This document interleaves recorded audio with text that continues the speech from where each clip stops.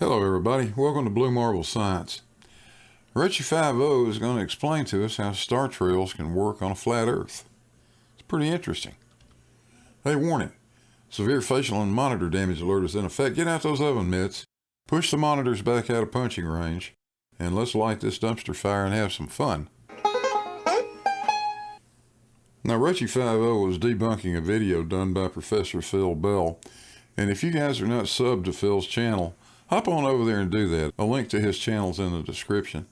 Give the entire video a watch because I'm not going to play the whole thing here. And if you like it, maybe sub and give him a like.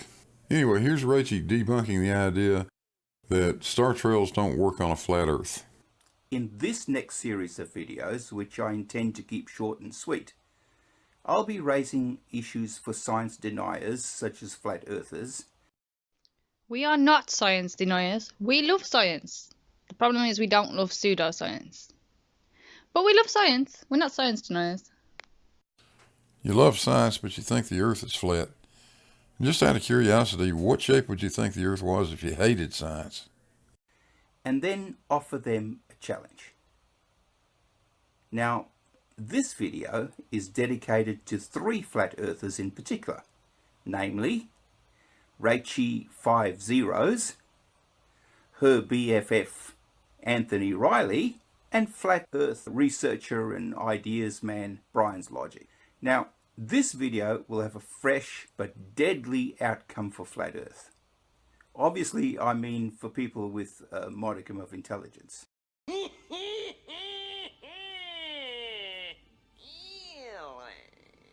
Now, if these 3 or any other flat earther is still convinced that Earth is flat after watching this video, then they're either cultists or severely intellectually handicapped. Oh, there are other possibilities and you haven't thought about them, and we have a rebuttal to your challenge, maybe? Rebuttal? You guys got a rebuttal? You mean this one? No, God! No, God, please, no! No! No!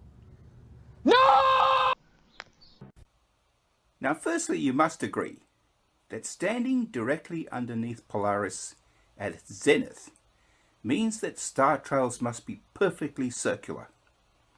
This would apply equally to the flat Earth or globe Earth models. However, as you move further and further south on the flat Earth model, the star trails will be more and more oval. This distortion will continue until it reaches the horizon as viewed near the equator. Now, as a demonstration, which I implore you to try yourself, let's consider a circular light fixture fixed to the ceiling.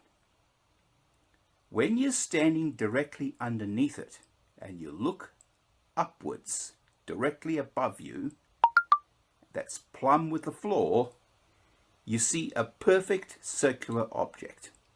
I'm sure you'll agree. But as you slowly back away, while still looking up at the light fixture, you notice it appears more and more acutely oval. So let's look at some photos of light fixtures in a corridor with a flat floor. Notice that the fixture closest to the camera is more circular than the one ahead of it. And that one is more circular than the next one.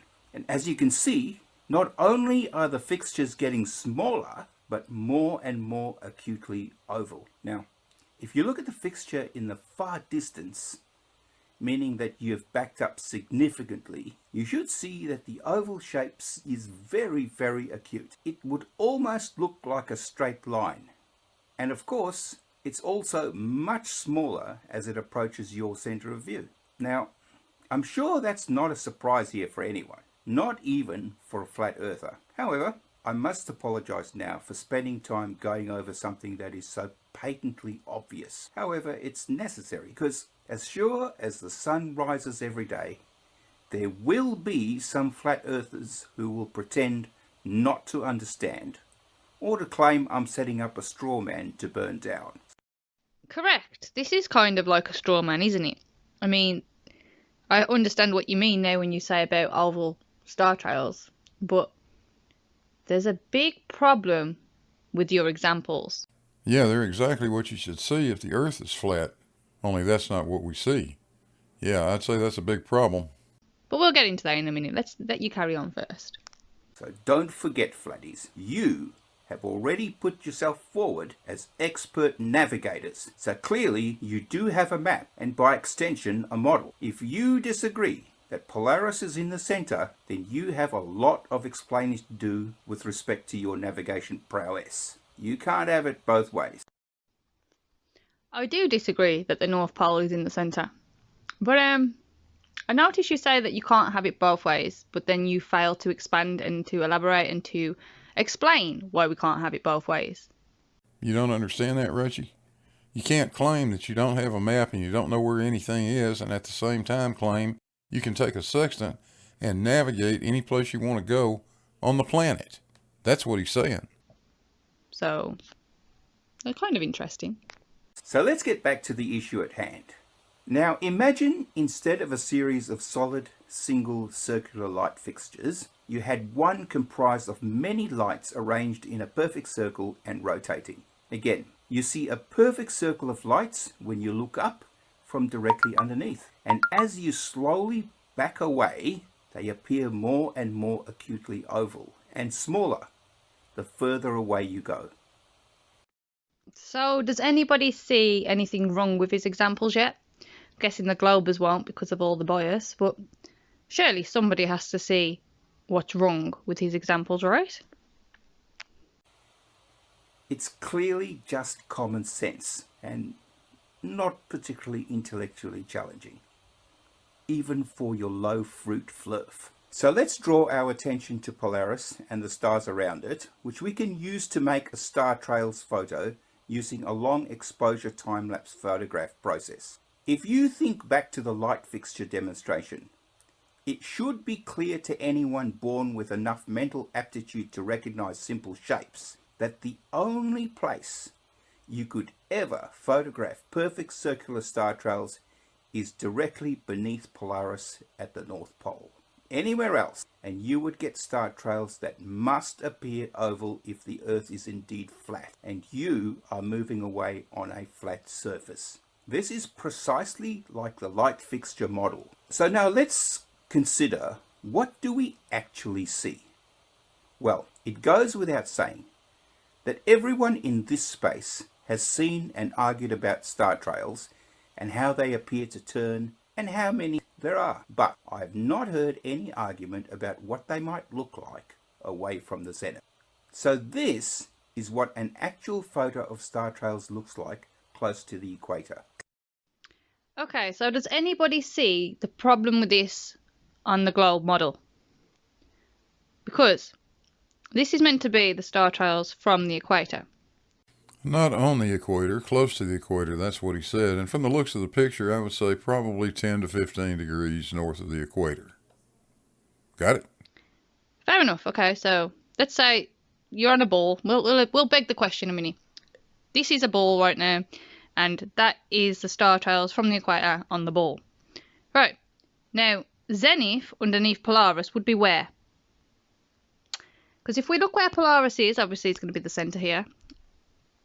If we look where Polaris is, and then we was to stand underneath it, directly underneath it, where would we have to be according to this picture?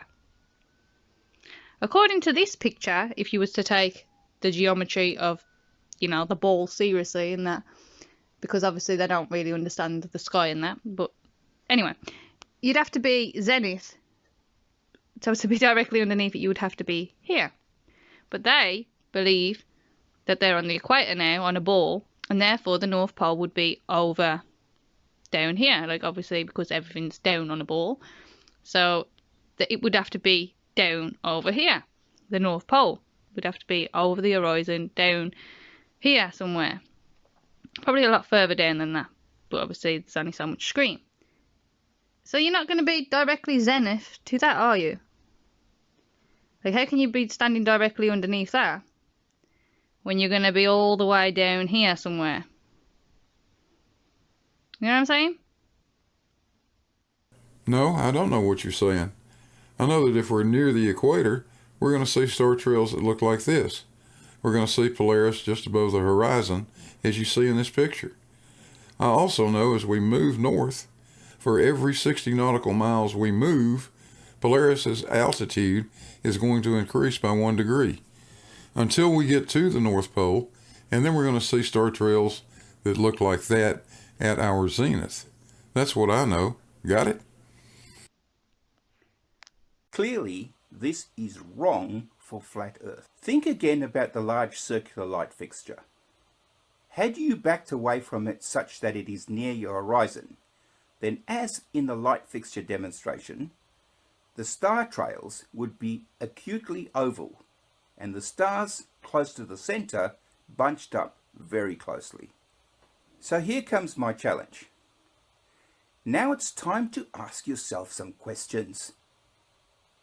How is it possible for star trails around Polaris to be circular no matter where you are standing, particularly if you're observing Polaris close to the horizon, which also means close to the equator? Now clearly that can only happen on a sphere model.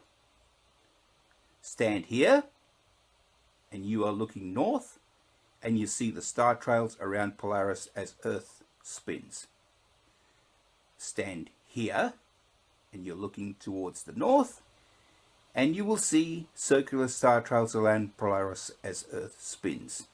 So finally, if this alone does not shake you to your very core and soften your belief in flat Earth nonsense, there is something seriously wrong with your intellect or your intellectual honesty. Yes, everyone, stop thumping your desk.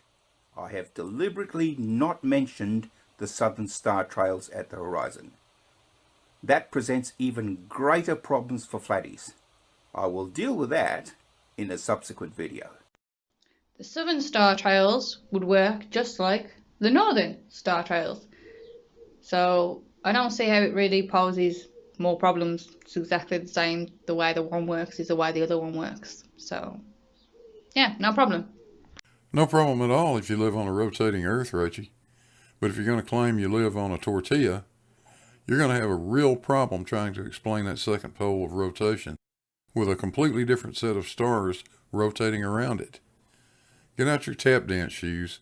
I can't wait to hear that explanation.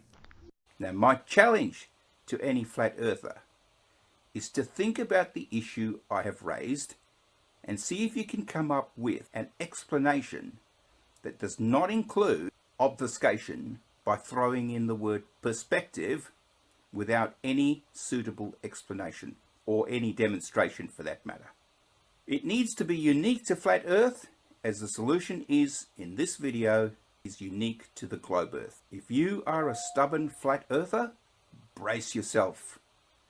Bite firmly on that bit and hold on tight. It gets worse for you. Much, much worse. Okay, so your first problem, Professor Phil, was that you assumed the stars to be all the same height, which is kind of weird. Why would you assume that all the stars are the same height? They are not the same height. So when you did your lampshades and your different examples of lights, that was all the same altitude. There was all the same height. There was all the same level. It was all on the same plane. You didn't have them at different altitudes. So if you look at this photo here, and you imagine there was a bit more spread out, and you look at this, and you imagine Polaris is in the center, and they was all turning. That's how you can get circular from standing underneath it. They don't have to be the same altitude to have circular star trails. They can still appear circular even though they're at different altitudes, different heights, different levels. So that's basically where you have gone wrong. You've basically put all the stars at the same level, the same altitude, and then says as you get further away they'll appear smaller and smaller and smaller and basically go into a line. But that's not true, because if they're not the same altitude, then that's not going to happen, is it? Then they're not going to appear to get smaller and smaller and smaller like that and like squish, because they're not the same altitude. You've in your examples you've got them all the same altitude. And obviously then that would happen, but they're not all the same altitude, so it's not going to happen. So as you back away, if you was underneath these looking up and they was turning, it'll look circular. And as you back away, you can see that they're not going to squish because they're at different altitudes. So if there was all this level and you backed away, then sure, they would squish. But they're not all the same level, they're all different altitudes. So it's not going to squish and go oval like you claim. Now that's a straw man, Rachie. Professor Phil did not assume all the stars were the same distance away from the Earth. Of course not. That's simply your assertion. Phil knows, we all know, that the stars are at vastly different distances away from us, the stars that we see. But they are so far away, they all may as well be infinitely far away. But I'll call your attention to another fact. By your own admission, they're all different distances away, yet when you look at the star trails, every one of them forms a perfect circle around Polaris. I think that shoots your argument right in the head. Well, that's where you have gone wrong with your assumptions and your examples, because you've just put them all the same height. So obviously if it was just the one ball here and we backed away, obviously it's going to get smaller and smaller and squish and squish and squish until it looks like a line probably. But because they're all at different altitudes, they're not going to squish. So if you look from underneath, they look perfectly circular, and as you back away you would see something more like this, where you can see they are not at the same altitudes. That some are lower and some are higher. And that's basically all there is to it, Professor Phil. Your example was technically a straw man, as you put them all at the same altitude. And clearly they are not at the same altitude, because that doesn't happen, does it? So, yeah. Okay, so this pink ball here on this white box represents Polaris, and the purple ones represent other stars going around. So this would be akin to looking up at the stars, even though we're looking down. It's the same thing, the direction would just be different, but the directions are relevant. This is just about how we get circular star trails. So it turns around and it creates circular star trails. They turn and circular star trails are formed, no problem. Now we go to the horizon, not the horizon, sorry, the equator, where they're at the horizon. So now we're at the equator, okay, and now we make it go around again, and it goes around, and as you notice again, they are circular, because as they come closer they get lower, and as they go further away they appear to get higher, and that's how you get your circular star trails. They get lower and then they get higher as they go around, or appear to. And that's basically how you get your star trails at the equator. Oh dear. I clipped this frame from your video, Rachie. I tried to pick one where we could see all four of the objects. But you could do this with any frame that you've got there. Let me ask you a question. What do you call that shape?